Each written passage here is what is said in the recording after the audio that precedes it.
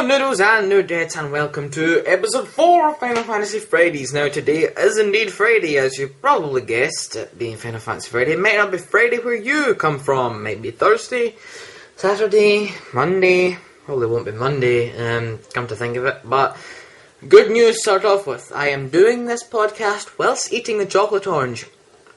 Oh, very nice indeed. And I've got more good news. Lots of it, indeed. Yes, involving.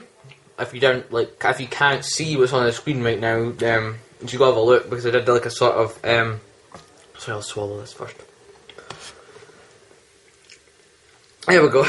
I did a sort of like title card thing, and it tells you what news we've got for today. So as you can see, we have Lightning Returns news, quite a lot of it, I must say, and a new Final Fantasy release. Which, if you can kind of see, it's kind of funny.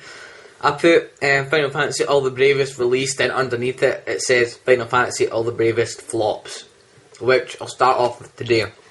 Final Fantasy All the Bravest. So, just chew and swallow. Right, let's get back to business now. Final Fantasy All the Bravest is an iOS game which was released on Thursday, and it was released on Wednesday in New Zealand, I believe. So it's out now for, I think it's $4, and over here it's $1.99. And I've read reviews about it, and turns out it looks awesome, right? Just to start off with, it's Final Fantasy Retro. You've got all your characters in there from other Final Fantasy games, and the sprites and all that. It looks practically what everyone's begged of. Oh, please make a retro remake of every Final Fantasy, include them in one big mashup that costs us not that much. And you've got it. You got it. Too bad Square Enix didn't do it that well. If you'll excuse me, I have to pick up something over the other side of the room. Ooh, I'm fine now. That says, sorry about that. My laptop was kind of slipping off the couch there. Yes, so Final Fantasy All the Bravest is, as Square Enix described, a pick-up-and-go RPG, and you can go and check it out. IGN put up a public service announcement saying, do not buy this game. There is no story, it's fight upon fight upon fight, and to get the characters you want, you have to pay money. But, here's the catch. If you want to buy Cloud, or Sephiroth, or, like, Furion, I don't know if you get him, and have him in your party, you have to pay 99 pence, and you get a random one. Now, I think the chances of getting like Cloud or somebody big, I don't even know if you get Lightning or anything, but the chances of getting them will probably be unbelievably slim, if you know what I'm saying. Like, they'll leave all the good characters, this random generator thing, so it's basically Final Fantasy XIV all over again. The hype has been huge about this All the Bravest for ages, and Square Enix released, they even updated their site and had a sort of teaser thing up, teasing All the Bravest, and everyone was like, yeah, All the Bravest is going to be awesome, it's going to be fantastic, but guess what, it's fucking shit, it's rubbish, it's nonsense, and you have to pay the money to play the game, and you fight, and fight, and fight, and fight, and what do you get? Nothing. You get absolutely nothing. You don't get to choose, everyone attacks, everyone has one default action, which is attack, red mages, white mages, black mages, they attack. You don't get to choose what enemy you hit. You don't get to choose what character you use. You don't get to heal. White mages aren't even support. Like, you don't even get support. You get fighting and attacking. That is it. That's practically it. It's like if Final Fantasy was made by a child who didn't really know how to program. It's like it's been made with scratch. You know, it's terrible, really terrible. That one. But anyway, moving on from All the Bravest, I might put a review for that up. Because I don't actually own any iOS devices, but, you know, I don't think, I've seen playthroughs, I've seen people reviewing it and buying it, and it's not good. The way it's looking is really not good. So, Lightning Returns. We'll move back on to Square Enix 2013 Magnum Opus, maybe bar Tomb Raider. So, we've got Lightning Returns has had shitload of news this week. Okay, first of all, I've had a new, oh my god, my voice, had a new trailer. Ooh, man up. Okay, so first of all, we've had a new trailer this week. I've only seen it in German. If there's an English one out there, please send me it, because I want to see it. Well, obviously, the voice actings in English, but there's like a lot of text up on the screen. I want to know what that says. I can't speak German, in case you're wondering. But anyway, this new trailer, it's practically the same trailer, but they've done this all the time. They've had the same trailer and added on a bit more each time. Like, they've added in another couple of scenes, some more gameplay, and all that. But what really intrigued me is, guess who's back? The one we all know and love, Noel Christ, has returned back on the screen. Guess what he's doing? He's beating the shit out of Lightning. He's hitting her with her sword. He's shouting at her. He's saying, "You're not the real Lightning. Oh no, it is not good." That worries me. Number one, my accent there. And number two, the fact that Noel's hitting Lightning. Now, we knew Noel was back kind of in the first trailer, because if you pause it at a certain moment, you can see his arm, and like he's got that sort of string gauntlet thing. You can see that in one of the trailers. Now, this is good and bad for multiple reasons. Number two, I don't know how Noel survived all these years. We know how Lightning did, because she killed herself, froze herself to save Serah. And Noel, Hope, Saz, I don't know about Snow, but Noel, Hope and Saz all survived it. The ones we know lived were them. Snow, it kind of left you to the fact that he died, because he sort of left the game early, and his Perpetual Battlefield DLC did absolutely nothing to clear up any story. It said you were going to learn about his mission as a Xiii.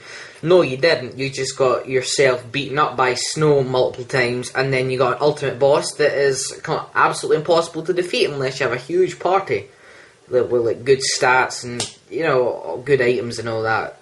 But the Perpetual Battlefield was a huge disappointment. It was practically a Colosseum DLC, which was made to make a story. It had a cool cutscene at the start, I must admit, and Lightning was in it. Anything with Lightning in it was fantastic. I'm going to burp, sorry if I do. Pardon me. Continuing. Yeah, the Perpetual Battlefield didn't do much about Snow, and at the end, he sort of withered out of existence. He said he was going to find Lightning, and it sort of left to the conclusion that Snow didn't find her. Because in the Requiem of the Goddess, I have not a fucking clue what any of that was about. It was grind to defeat Caius, grind to defeat Caius, grind to defeat Caius, defeat Caius, grind to defeat Caius' second form, grind to defeat Caius' second form, defeat Caius' second form, get the ending, grind all over again to get the extended ending, which practically was an uproar, because it practically was an announcement for 13.3, because Lightning didn't die in the end. She's fine, she didn't kill herself, she's walking around in a dying world. Now, the only way that the Noel, Hope and Saz could have survived is they were crystallised, or they travelled in time just at the right moment, because as we know, it's technically set on Grand Pulse, but it's been overwhelmed by this sea of chaos and turned into a new world called Novus Partus, which means new offspring in Latin, in case you didn't know that. No, I did not Google Translate it, I just knew that. So anyway, yeah, the fact that Noel's returning kind of annoys me, because I really don't... We got his story. We kind of got the backstory of that. Oh fuck, laptop's falling again! Okay. Yeah, we got his story. Yeah, I just sat on the table so it doesn't slip off again. We got Noel's story, about his sort of hidden love for Xiii and Caius, who actually turned out to be a nice guy in the end, and he was Noel's best friend, which I think was nice. Caius wasn't actually being a bad guy, he was just trying to help Xiii, this girl, he's trying to save her. But Noel said at the end of 13.2 he's going to try and search for his own future. So what I think has happened is that Noel went in time or something to this age, and he's not found his future. He's found something different. He's found this world has been overwhelmed by chaos, and obviously he's a little bit pissed at Lightning. Okay, so that kind of covers up the Noel thing. That took God knows how long. The biggest thing for Lightning Returns this week is a new character. Her name is Lumina, or Lumina. I don't know how to pronounce it. I don't know if there's any videos anywhere saying it. But this character is Serah. We're getting another pink-haired girl wearing gothic steampunk clothing. Now, I don't know how to react to this. Okay, I'll give you a little bit of a lowdown on what Lumina is. I'm saying what, not who, because I'll come to that in a minute. It's said that Lumina is very Serah-like, quote-unquote, but she likes to play games with lightning. Sometimes she helps her, sometimes she puts her out of her way. Now, this has left me open to lots of speculations. Number one, she is like the sort of new bad guy, or number two, she is Serah, but in this sort of new form, and she's trying to get across to lightning somehow, but like, some force is pitting her against her at the same time.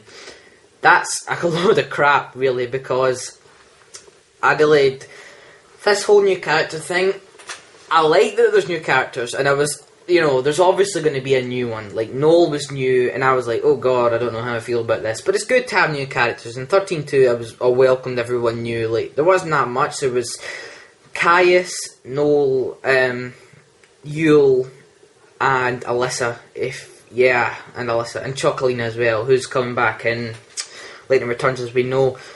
But Lumina is a sort of frenemy to lightning. That's what one of the podcasts that I watched said. It was like she was a frenemy to lightning. So let me just cough a little bit there. Yeah, so this is the sort of quote-unquote side character who, I don't know if she's like a sort of ambience, like she's, or a proper character, because it explained on the website that she was always there. Wherever lightning turned, she was there. Like, not as if she was following her, like she was there. Like she's a figment of her imagination or some sort of ghostly entity. I don't know, but we obviously don't know much about the character. But apart from she's Serah-like, she's good and bad, and she's gothic. That's what it says. It says she's a gothic Serah. I don't know if that's to do with her looks or her attitude, but the thing that really annoys me about this new character is the pink hair. I mean, come on. She looks too much like Serah. I know she's supposed to be like Serah, but I probably think Serah's going to come back in the end somehow, because I think Serah dying was one of the biggest FF surprises, I must say. I was going to compare it to Earth there, but I don't think that's right. I don't think you should compare things like that to, like, Earth and all that, but it was a surprising death, but we didn't really see it coming. There was no real meaning for her death. Like, there wasn't a meaning for Earth's death either, but like, at least like Serah's death, she died, but Earth was like actually physically killed, and they had a motive. Well, not really a motive. It was sort of to get at Cloud a little bit, but Earth was murdered and Serah died. No one killed her. But Noel feels responsible for like Serah's death because he was the one that took her, and she could see the future. That's what she saw. She saw everything that had been changed by what Noel and Serah had done. So she effectively saw the paradox that they had created in this future that will never happen. So, in Noel, if you can choose whether to kill Caius or not kill him, but you kill him anyway. This is spoilerific, by the way. Caius kills himself, or you kill him, but technically the blood's still in your hands as you're holding the sword whilst Caius puts it in his chest. Now, this unleashes the chaos everywhere because Valhalla, everything turns into total shit after all this. Like, Valhalla sweeps over, Grand Pulse, Sea of Chaos, everything's engulfed by chaos. Serah's dead. Snow, God knows where he went to. Alyssa, she never happened. Well, depends how you play it. Again, it's so confusing, 13.2. So much they need to clear up. But another thing hard is going to be for 13.2 is continuity. Sorry, 13.3 is continuity, because 13.2 had so many endings. Well, I know one of them only had real purpose, but some people might have just played and like up to that ending and then stopped. Like they maybe thought that was the game over. What if they play Lightning Returns and go, whoa, what the hell's happening here? You know what I mean? Like, I've played it and I've got every ending except the goddess is dead. I haven't like took the time to do that. I can't. You need to get all the fragments. I'm not going to bother doing that. I've played the game, got most of the endings. That's it. So I recommend once you've completed the game and got the paradox scope, go back and at least start it again, because you get a new extended beginning where Caius like has a talk to the camera at the start. It's pretty weird, like, but again, this gives me the feeling that 13.2 was all a story. I know that 13 was a story, but it wasn't being told. Now, this sort of gives the idea that 13.2 was told. Maybe the whole 13 saga is just going to be some little girl making the whole thing up. If it is, I will rage quit and stop. I'm sorry to say that, but I just would stop. But yeah, so that Lumina, I was talking about Lumina wasn't away at the start. That kind of trailed off. So yeah, that's practically all about the characters. Sorry about that, guys, I have returned. Sorry for that cut there, my headset just unplugged itself from the PC. So yeah, where was I? Lumina, that was that done. This little bit of quick news to cover now is there's a new wear system for Lightning Returns, which I won't really cover that much because I'm not really that interested in it. You can go check that out on like Facebook or something. It's basically like how your clothes change Lightning's attributes now, so that's pretty cool, I must admit. Now, let's go on to the Final Fantasy discussion type thing. So today's talk is going to be what is the best Final Fantasy. Now I'm going to do these every week, and then in the extended episode I'm going to announce what you think as a whole community is the best Final Fantasy. So what I want you guys to do is in the comments put in what your favourite Final Fantasy is and why it is your favourite. So I'm going to read one of my friends out. His name is John Anonathan. You can go check out his channel. His favourite is FF7. Now, he's not a fanboy. If anything, he's the exact opposite. He's not played that much of the games. He's not really a fan, but he enjoys them. So, yeah, he enjoyed 7 because of the characters and how they were like emotionally attached to each other. And for the story as well. I mean, who doesn't love FF7? And how the battle system worked and like the battles that you fought. That's what he most enjoyed about FF7, you know, like the feeling, the charm of FF7, you know, that's what got me into the game. I really like FF7, it's definitely in my top 5. So that's perhaps what I'm going to do now. Since I can't really decide, I'm going to like go say mine. Now, I'm stuck between 2 Final Fantasies. Now, you probably don't know what they are. If you know me, I love the old Final Fantasies. I'm not just some sort of new gen fanboy. I do enjoy the old ones. My favourite Final Fantasy, sort of classic, proper, quote unquote, Final Fantasy, is Final Fantasy IV. I absolutely loved that game. The story, the characters, the way it worked, the way it looked, the way it sounded. It was fun. The tinginess, the clang, the music. It's fantastic. All of it was just fantastic. But my other favourite FF, which I'm not sure how I'll get any reaction to this, is FF13. I know you're shouting at your PC right now. Now, FF13 not because of its characters, not because of its gameplay, not because of the way it looked, but I shit you not, FF13 is my favourite because of its story. The suicide rates just went up much higher, and probably I'm going to get a lot of hate comments, but honestly, I don't care, because this game does not deserve the kind of reviews it got. I mean, the only good one was really IGN's, and that's because the guy does Final Fantasy games, a Final Fantasy fanatic. I don't think he's ever gave one a bad review.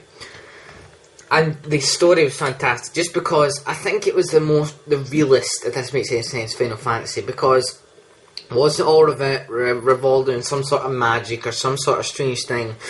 If you actually think about it, Final Fantasy 13 revolves around government and false gods. The way that people are manipulated, you know, civil war, how people change, how people fall out, how people react to different things, and the emotion of the characters in it is fantastic. I mean, I'm not saying it's not pretty, it's the prettiest Final Fantasy out there. It's fantastic. Maybe except 14. 14 is quite pretty, you have to give it that. It's pretty for an MMORPG. But that's why those two are my favourite Final Fantasies. Because of the story, the way they look, the way they sound. Maybe not 13 the way it sounds, it's a bit off, but 4, yes, the music in that's fantastic. I always put, like in the PSP remake, I always put the original sounds on, you know, for that nostalgia. Takes me back. So what I want you guys to do is in the comments post what your favourite Final Fantasy is and why.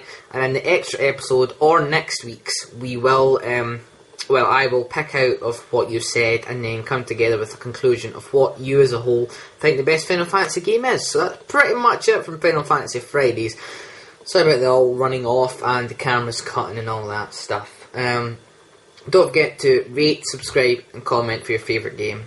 And share this show with all your friendlies. And don't forget to come back for more Final Fantasy Fridays. So from Mr. Metaphor, thanks for watching, spread the Luuurve, and goodbye.